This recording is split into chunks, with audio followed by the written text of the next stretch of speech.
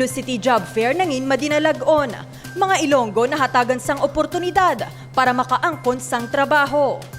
Nangin madinalag-on ang pagpatigayon sang job fair sa pagpanguna sang Iloilo City Government kaupod ang Public Employment Service Office o KUNPESO bilang kabahin sang selebrasyon sang anibersaryo sang syudad. Gindagsa sang masobra 2,000 ka mga aplikante ang Robinson's Place Iloilo sang nagligad nga Agosto 26 para sa mga maluyag nga makaangkon sang trabaho.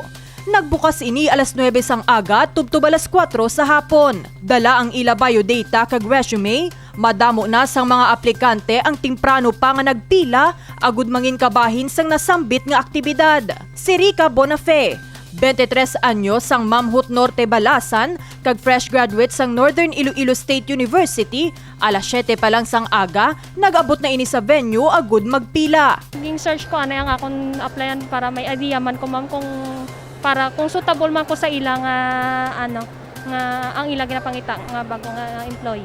So ano company ang sudlan? Ang tani ma'am ng work mode manpower services ma'am as office staff tani.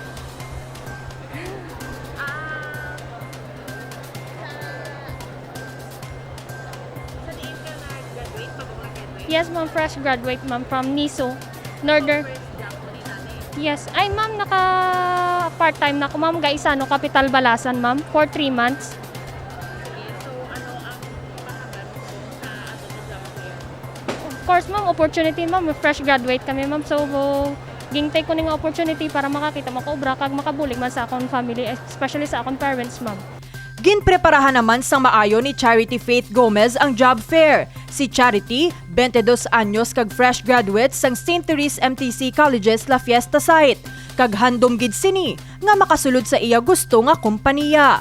First of all, make up kag namahaw gid anay para ready sa questions.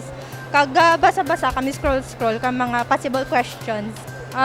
First of all, kung mag-apply kami namon ang target namon applyan ng hotel, ang ilang mga background, then ready gid sa mga possible questions like tell me about yourself nga muna.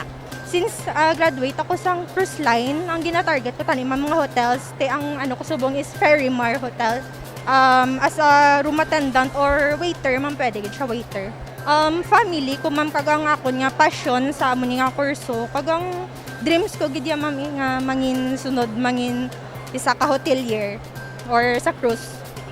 Actually grateful gid kami kag blessed ma'am as a fresh graduate nga may amo ni nga opportunity ginhatag ang aton nga kag amo na itani sa most sang mga nag-apply makasulod man na.